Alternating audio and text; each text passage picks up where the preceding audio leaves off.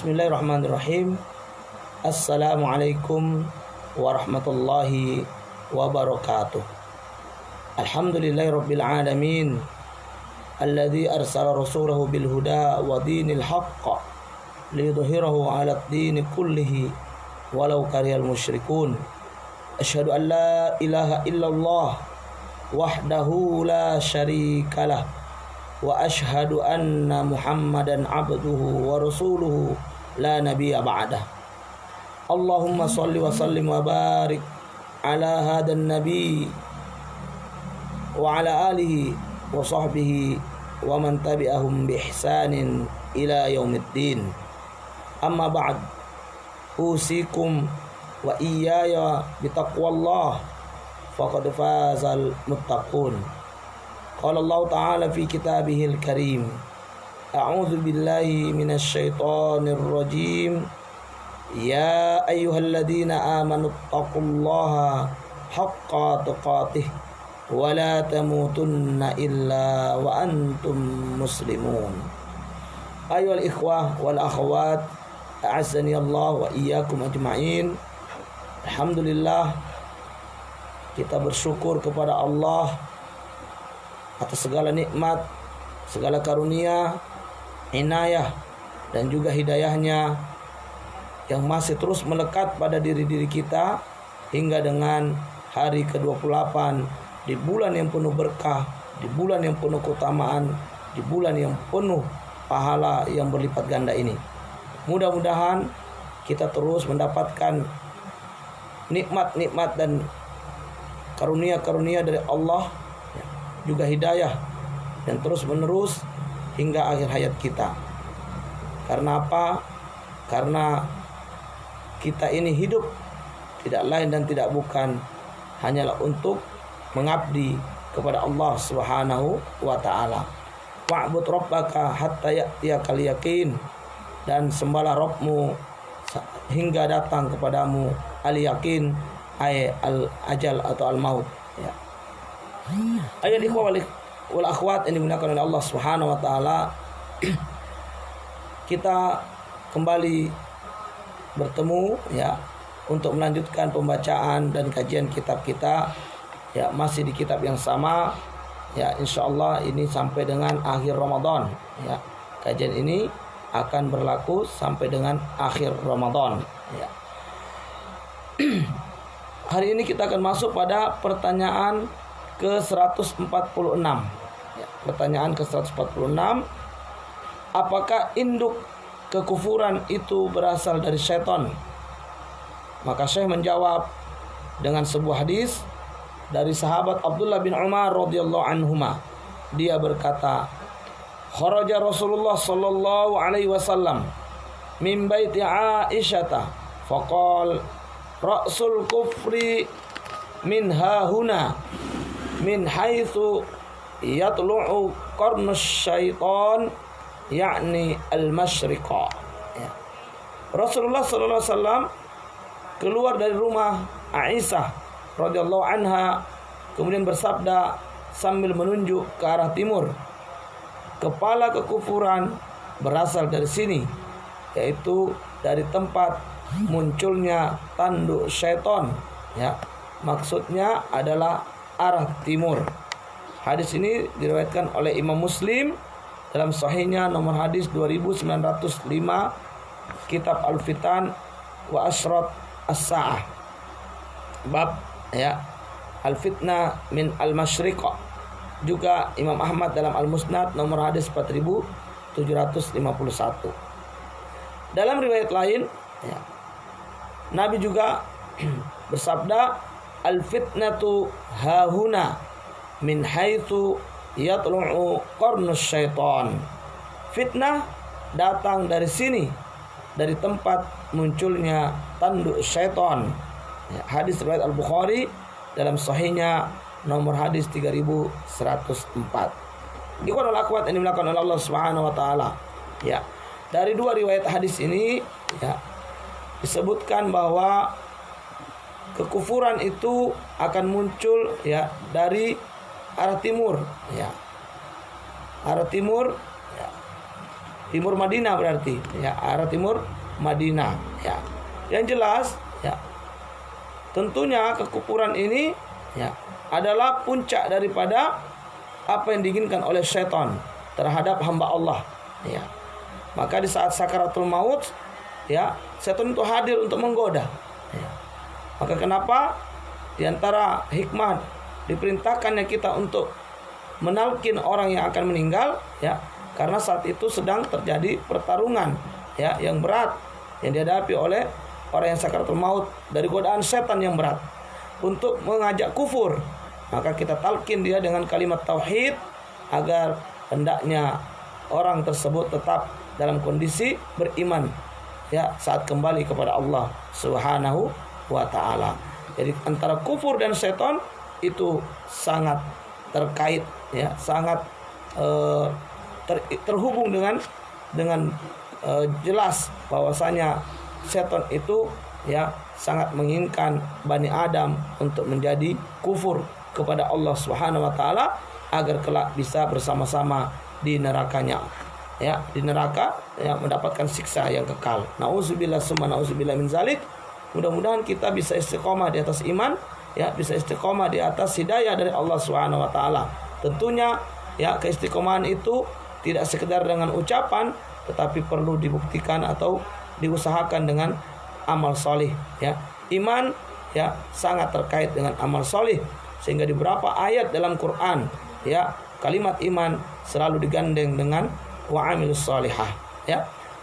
Maka oleh karenanya ikhwanul akhwat ini dimuliakan oleh Allah Subhanahu wa taala, iman yang benar, iman yang sahih, ya, adalah iman yang bukan sekedar diucapkan atau diyakini semata-mata, tapi dia butuh yang namanya amal, butuh pembuktian dengan amal anggota badan, ya, dengan amal jawarih, ya. Orang yang mengaku beriman kepada Allah, maka dia harus membuktikan ucapannya itu dengan amal yang menunjukkan bahwa dia memang beriman kepada Allah, yaitu dengan melaksanakan apa-apa yang telah Allah perintahkan, apa-apa yang telah Allah wajibkan atasnya, apa-apa yang telah Allah mintakan darinya, ya, berupa ketaatan, ya, berupa amal salih, berupa hal-hal kebaikan, ya. Ini semua adalah bukti keimanan kita, ya. Hal sederhana, ketika kita mengaku beriman, maka selaku orang beriman, ya, adalah dia sholat 5 waktu, ya. Sholatnya di masjid, bagi laki-laki hendaknya sholat di masjid. Dan di antara, ya, tanda keimanan seseorang adalah mereka yang memakmurkan masjid-masjidnya Allah atau rumah-rumah Allah Subhanahu wa taala, ya. Nah, oleh karenanya ikhwatul akhwat ini dimuliakan oleh Allah Subhanahu wa taala, ya, kekufuran jelas adalah usaha paling besar daripada setan, ya, terhadap Bani Adam, ya, usaha untuk, ya, membuat Bani Adam kufur. Ini adalah pekerjaan proyek besar daripada setan itu sendiri. Nah, disebutkan dalam hadis ini, ya, bahwa fitnah itu nanti muncul dari arah timur, dari arah, ya, tempat munculnya tanduk setan, ya. Wallahu a'lam bishawab, ya. Tentu Rasulullah saat bersabda tentang hadis ini itu saat berada di Madinah. Maka arah timur yang dimaksud di sana berarti arah timur dari Madinah. Wallahu a'lam bishawab, ya. Selanjutnya pertanyaan ke-147. Apakah ada keterikatan antara syaitan dan salatnya orang-orang munafik? Ya. Jawabannya, ya, sebuah hadis dari Anas bin Malik radhiyallahu an, dia berkata, saya mendengar Rasulullah sallallahu alaihi wasallam bersabda, tilka salatul munafiq yajlisu yarqubus syamsa hatta idza kanat baina qarnai syaitan qama fa naqaraha arba'an la yadhkurullaha fiha illa qalila. Itu adalah salat orang munafik. Ia terus duduk menunggu matahari hingga ketika matahari berada di antara dua tanduk setan, baru ia berdiri salat dan mengerjakan 4 rakaat dengan cepat sekali, tidak mengingat Allah dalam salat kecuali hanya sedikit saja. Hadis riwayat Imam Muslim dalam sahihnya nomor hadis 622, dan Malik dalam Al-Muwatta halaman 65, kitab Al-Quran, bab larangan untuk mengerjakan sholat sesudah subuh dan sesudah asar. Ayo ikhwah, ya. Apakah terkait atau terikat antara sholatnya orang munafik dengan setan? Ya, ya tentu sangat terikat. Ya. Orang munafik cenderung suka menunda-nunda sholat dari waktu yang seharusnya. Orang munafik ya, cenderung untuk melambat-lambatkan diri dalam mengerjakan ya ibadah, ya terkhusus sholat. Ya. Disebutkan dalam hadis ini, ya mereka duduk-duduk menunggu sampai ketika matahari sudah berada di antara tanduk setan, artinya sudah hampir habis waktu. Ya, misalnya kalau sholat subuh sudah mau terbit matahari, ya baru mereka sholat. Ya. Atau kalau sholat asar sudah menjelang terbenamnya matahari. Ya. Maka apa yang terjadi ketika mereka sholat di waktu seperti itu? Ya, ini waktu di mana setan sudah berkeliaran. Ya. Setan berkeliaran keluar. Ya. Maka dia mengerjakan sholat dengan sangat cepat. Ya. Sholatnya tidak lagi khusyuk, sholatnya tidak lagi fokus. Ya. Dilakukan dengan sangat cepat sehingga apa? La yazkurunallah fiha illa qalil. Ya. Illa qalilah. Tidaklah mereka mengingat Allah dalam sholat itu kecuali sangat-sangat sedikit. Ya. Nah, ini ciri dari orang-orang munafik. Oleh karena itu ikhwan al-akhwat yang dimuliakan oleh Allah Subhanahu wa taala, ketika azan telah berkumandang, ya, di mana kita tahu bahwasanya ketika azan berkumandang setan lari tunggang langgang, ya, lari terbirit-birit, ya. Sehingga apa yang kita rasakan di saat azan itu, kita merasa ada semangat untuk beribadah kepada Allah. Nah, begitu azan selesai, mereka kembali lagi menggoda. Maka di antara manusia yang lemah imannya, ya, yang memang mudah untuk dikuasai setan, ya, di saat itu mereka kemudian menjadi lalai. Setan datang menggoda dan menjadikan mereka lalai daripada mengingat Allah. Oleh karenanya ketika azan dikumandangkan, segeralah untuk menuju rumah-rumah Allah, segeralah untuk ya mendatangi masjid-masjid terdekat, musola-musola terdekat, ya. Sebagaimana Allah katakan, ya, dalam surat Al-Jumu'ah itu, ya, wa idza nudiya lis-salati yaumil jumu'ati fas'au ila dzikrillah. Ya, ketika azan sudah dikumandangkan pada hari Jumat, segera menuju ya ke masjid untuk mengingat Allah, ya, untuk beribadah kepada Allah Subhanahu wa taala. Di antara cara melawan sifat malas ibadah, khususnya ibadah salat ini adalah ketika azan berkumandang bersegera. Jangan lagi sibuk dengan urusan-urusan dunia, urusan-urusan bisnis dan sebagainya. Tinggalkan semua urusan-urusan keduniaan ini, segera untuk datang melapor kepada Sang Maha Khalik, Sang Maha Pemberi rezeki, Sang Pengatur alam semesta, agar hidup kita betul-betul dalam kebaikan. Karena kalau hidup kita itu diatur oleh Allah, insya Allah tidak ada ya masalah yang tidak ada solusi. Ya. Siapa yang menyerahkan seluruh hidupnya diatur oleh Allah Subhanahu wa taala, niscaya ia akan hidup di dalam ketenangan, kebahagiaan, dan di dalam hidup yang penuh dengan solusi-solusi dari setiap masalah-masalah yang dihadapi, dari setiap tantangan-tantangan hidup yang dihadapi. Ya.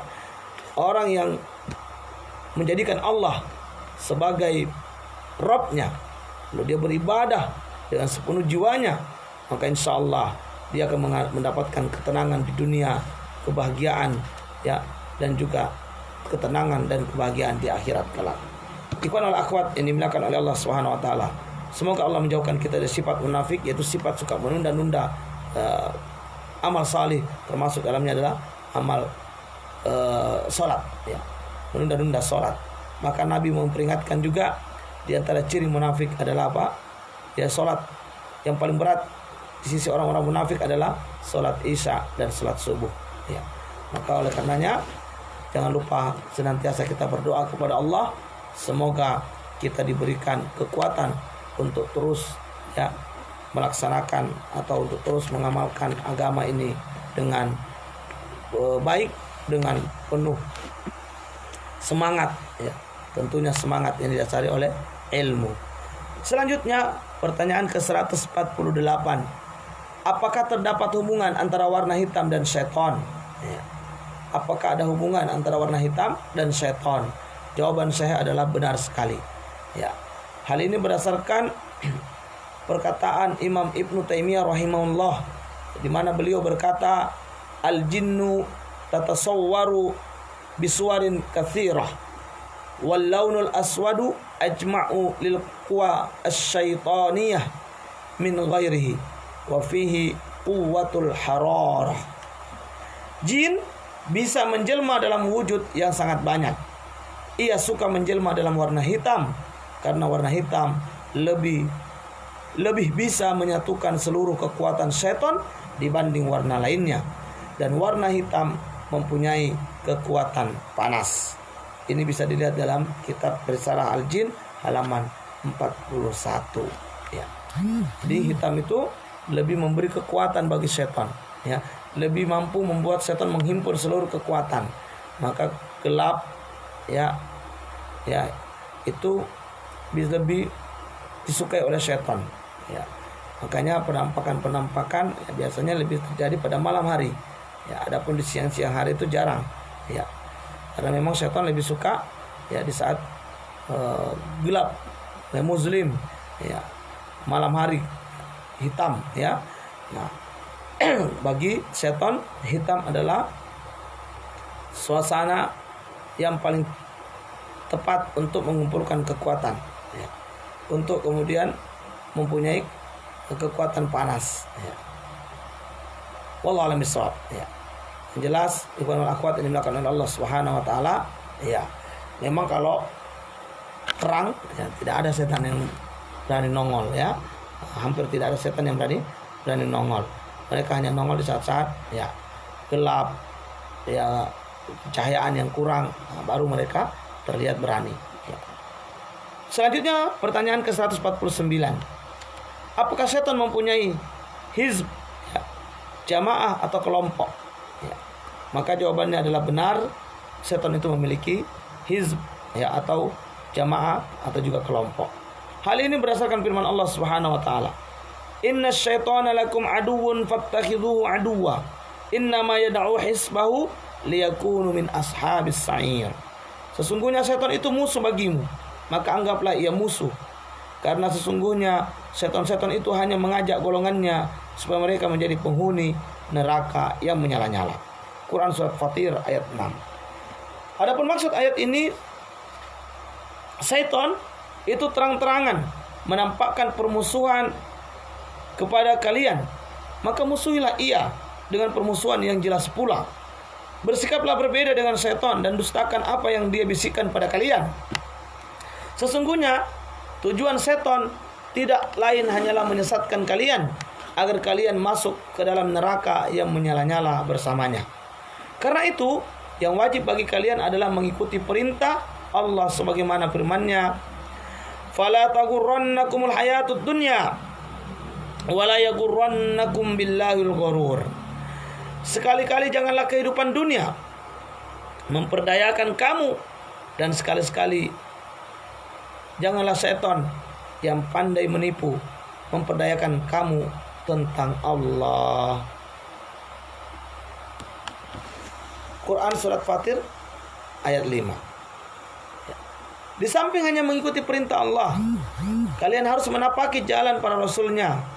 Sesungguhnya Allah Maha Kuasa atas segala sesuatu dan Maha mengabulkan setiap permintaan. Ikhwan wal akhwat yang dimuliakan oleh Allah Subhanahu wa taala, berdasarkan ayat ini sangat jelas sekali ya, bahwa setan juga memiliki kelompok jamaah ya, pengikut ya, dan setan ya mengajak pengikutnya kemana? Innama yad'u hisbahu liyakuna min ashabis sa'ir. Setan itu hanya mengajak kelompoknya, golongannya, jamaahnya ke neraka yang menyala-nyala. Wal iyadu billah ya. Semoga Allah selamatkan kita dari ya termasuk dalam kelompok setan atau golongan setan ya.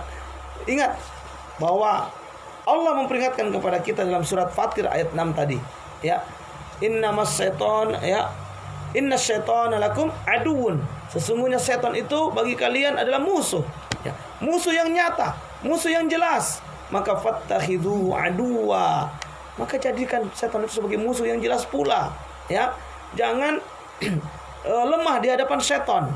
Ya, bisikan-bisikannya dustakan. Ya, bisikan-bisikannya tolak secara kuat. Bisikan-bisikannya ya tinggalkan, jangan diikuti. Ya. Ini cara memusuhi setan. Ya. Karena dia adalah musuh yang nyata, musuh yang jelas, maka lawan. Ya. Jadikan musuh, fattakhidhuhu aduwa. Jadikan musuh. Jangan justru kita terlihat lemah di hadapan setan. Ya. Jangan lemah di hadapan setan. Karena sesungguhnya tipu daya setan itulah yang lemah. Inna kaidas syaitani kana dha'ifa. Sesungguhnya tipu daya setan itu ya adalah dha'ifa, sangat-sangat lemah. Sangat-sangat lemah. Tentunya lemah bagi siapa? Lemah di hadapan orang-orang yang beriman, yang benar imannya kepada Allah Subhanahu wa taala. Ya.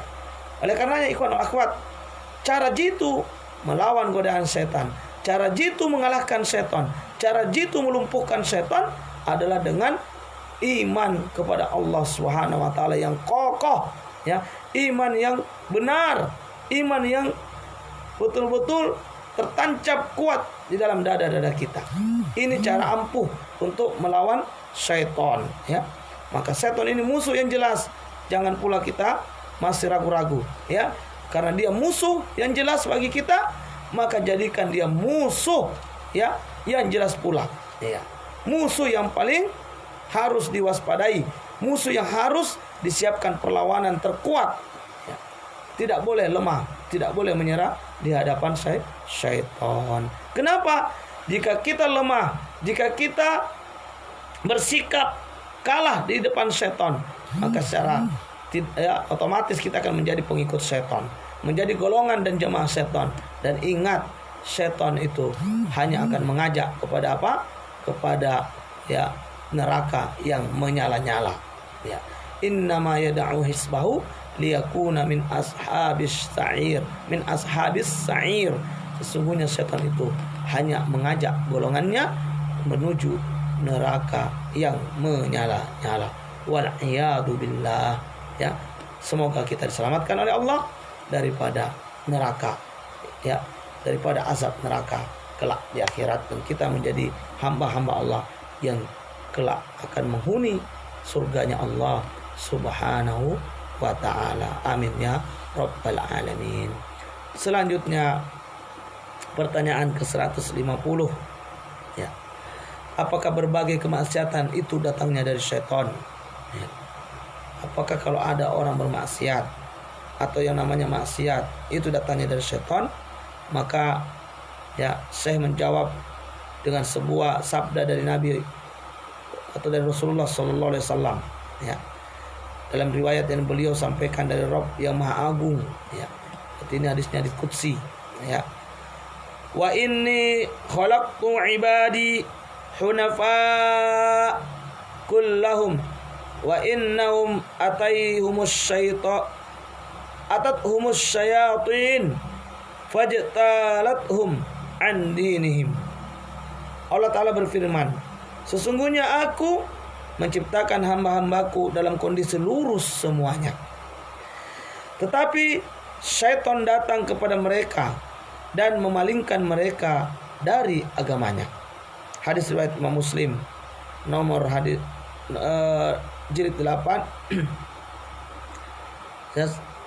halaman 158, nomor hadis 2197.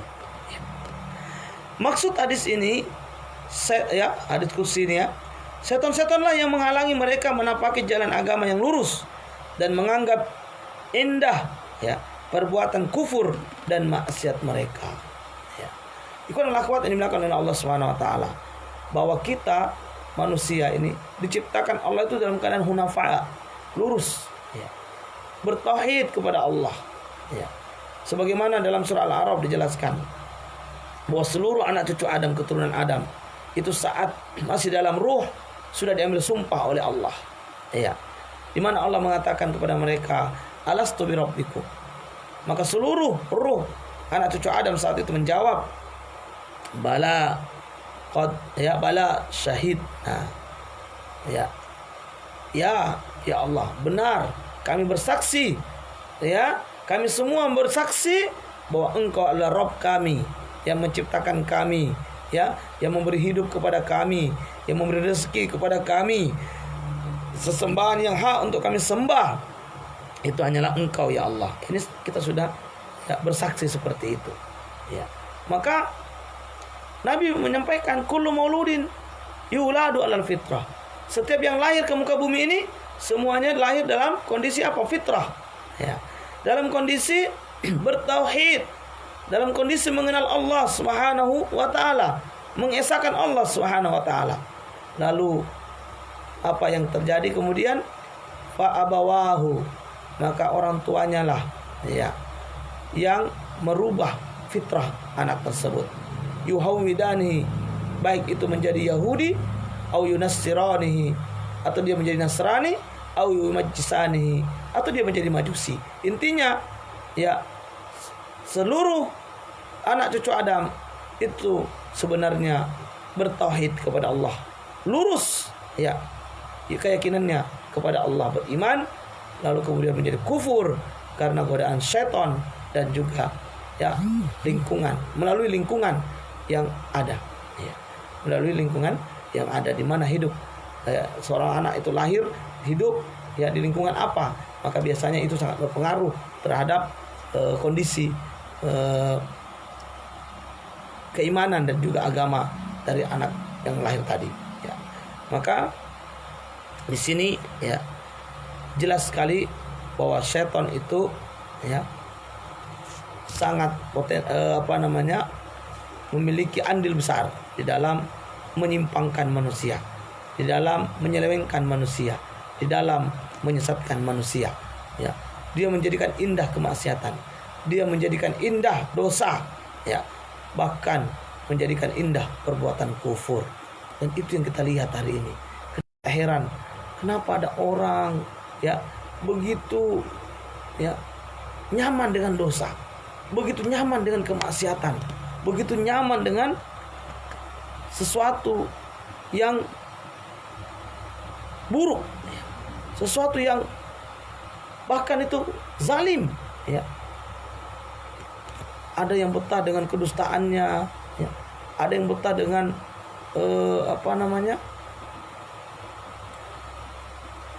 kecongkakannya, kesombongannya. Ada yang betah dengan kebenciannya terhadap agama dan syariat Allah yang mulia ini, yaitu Islam, ya. Ini kalau bukan karena syaitan memperindah hal-hal tersebut, ya, saya yakin sesungguhnya orang-orang yang kufur kepada Allah itu, orang-orang yang memuji syariat Allah, orang-orang yang kerjanya setiap hari berdusta itu tidak tenang, ya. Tapi karena syaitan membantu, memberikan rasa indah, ya, menipu mereka dengan segala bentuk keburukan, kekufuran, kefasikan, kezaliman yang mereka lakukan ini terlihat indah karena syaitan memperindahnya. Maka karena itu mereka terlihat betah dengan kekufurannya, betah dengan kefasikannya, betah dengan kemunafikannya, betah dengan, ya, kezalimannya, ya. Ada orang hampir tiap hari kerjanya berbohong saja, itu kok betah, ya. Wah, ini jelas sekali orang ini adalah, ya, telah dikuasai oleh setan. Orang ini telah menjadi budak setan, menjadi golongan setan, partai setan, ya, sehingga semua yang dikerjakannya, ya, tidak lain dan tidak bukan adalah apa-apa yang menyenangkan setan, ya, dari perkara dosa, ya, keburukan, kemaksiatan, bahkan kekufuran kepada Allah Subhanahu wa taala, ya. Mudah-mudahan Allah selamatkan kita dan Allah jauhkan kita dari bentuk-bentuk kekufuran, ya, yang menjerumuskan kita kepada, ya, keabadian di neraka. Waliyadzubillah. Saya Ikhwan al akhwat yang dimuliakan oleh Allah. Selanjutnya yang terakhir kita, ya, akan baca pada hari ini, yaitu pertanyaan ke-151. apa yang dimaksud dengan tagut? Ya. Apa yang dimaksud dengan tagut? Jawabannya adalah firman Allah Subhanahu wa taala. Alam tara ilal ladzina yaz'umuna annahum amanu bima unzila ilaik wa ma unzila min qablik yuriduna ay yatahakamu ila tagut wa qad umiru ay yakfuru bih wa yuridu syaitanu ay yudillahum dhalalan ba'ida. Apakah kamu tidak memperhatikan orang-orang yang mengaku dirinya telah beriman kepada apa yang diturunkan kepadamu dan kepada apa yang diturunkan sebelum kamu? Mereka hendak berhakim kepada tagut, padahal mereka telah diperintah mengingkari tagut itu. Dan setan bermaksud menyesatkan mereka dengan penyesatan yang sejauh-jauhnya. Quran surat An-Nisa ayat 60.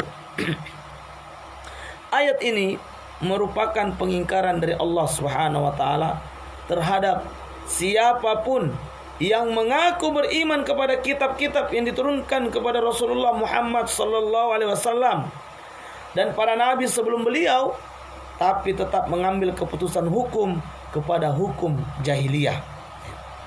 Ada pula yang mengatakan ayat ini lebih umum. Ia cacian terhadap siapapun yang berpaling dari Alkitab dan As-Sunnah, kemudian mengambil keputusan hukum kepada perkara batil selain keduanya, yaitu Alkitab dan As-Sunnah. Itulah yang dimaksud dengan tagut di sini. Karena itu Allah Ta'ala berfirman, yuriduna ay yatahakamu ila tagut wa qad umiru ay yakfuru bih wa yuridu syaitanu ay yudillahum dhalalan ba'ida. Mereka hendak berhakim kepada tagut, padahal mereka telah diperintahkan mengingkari tagut itu, dan setan bermaksud menyesatkan mereka dengan penyesatan yang sejauh-jauhnya. Ayohal ikhwa wal akhwat rahimah azanillahu iyyakum ajma'in. Jelas sekali dari ayat surah An-Nisa ayat 60 ini. Apa itu tagut? Ya, tagut itu artinya apa?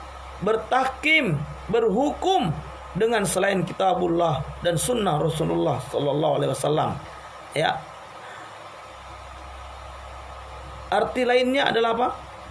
Tidak berhukum dengan syariat Allah Subhanahu wa taala. Maka siapa yang memutuskan perkara sesuatu tidak dengan hukum Allah, tidak dengan Al-Qur'an, berdasarkan Al-Qur'an dan As-Sunnah, maka itulah tagut, ya. Itulah dia tagut, ya. Jadi tagut itu adalah orang yang mengaku beriman, ya. Hamba yang mengaku beriman kepada apa yang diturunkan Allah kepada Nabi Muhammad sallallahu alaihi wasallam dan juga mengimani kitab-kitab sebelum datangnya Nabi Muhammad sallallahu alaihi wasallam.